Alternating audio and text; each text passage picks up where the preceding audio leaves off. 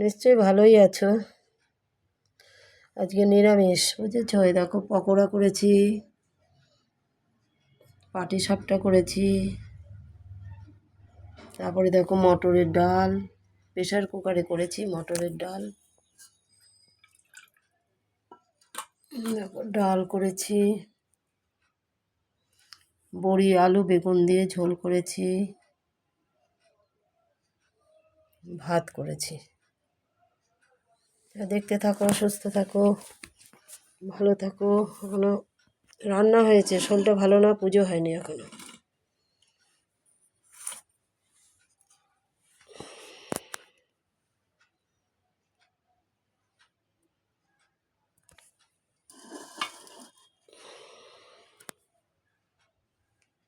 ভালো থাকো।